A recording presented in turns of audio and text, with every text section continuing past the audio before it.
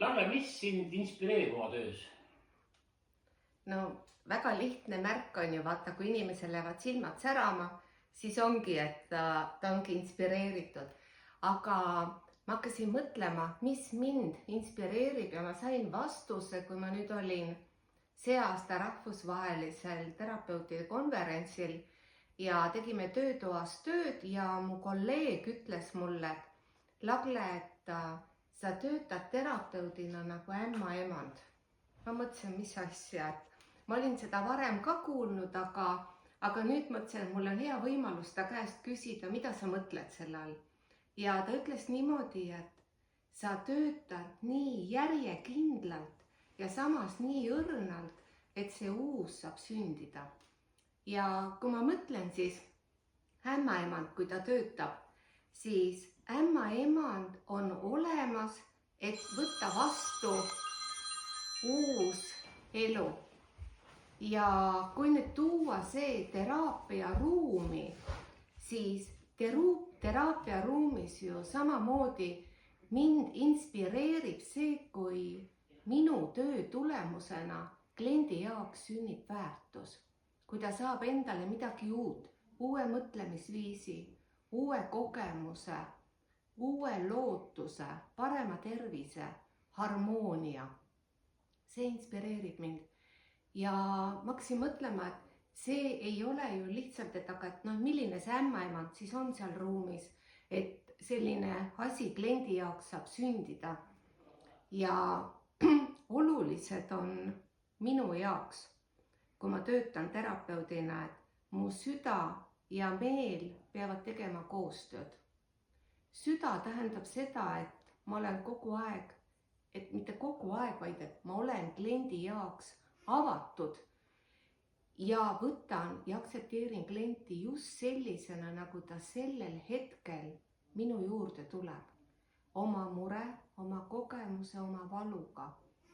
Ja kui klient tunneb seda, et mina teda aktsepteerin, siis ta lubab mu enda kõrvale ja jagab seda muret minuga.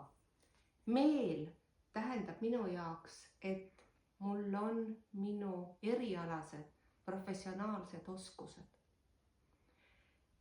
Jah, ma oma olemuselt olen pidanud ennast alati rebeliks.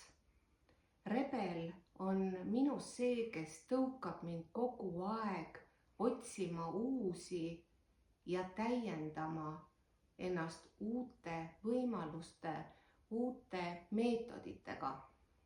Ning teine aspekt teraapia ruumis, mis on veel väga oluline, on see, et ühest küljest ma pean olema väga grounded ehk maandatud, teisalt olen ma kliendiga koos muutunud teadvuse seisundis ja ma balansseerin ennast kogu aeg nende seisundite vahel.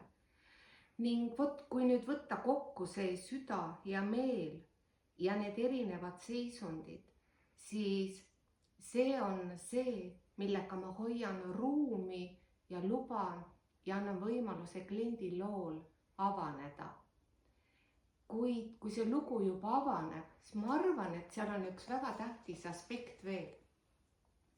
Ma tooks siin ühe sellise mõtte, kui ma oma eelmistel töökohtadel töötasin, siis alati öeldi, et Lagle on nagu visionär. Mis on visionäri anne? Visionäri anne on mõelda out of box ning ämmaemand olla teraapia protsessis kliendi kõrval.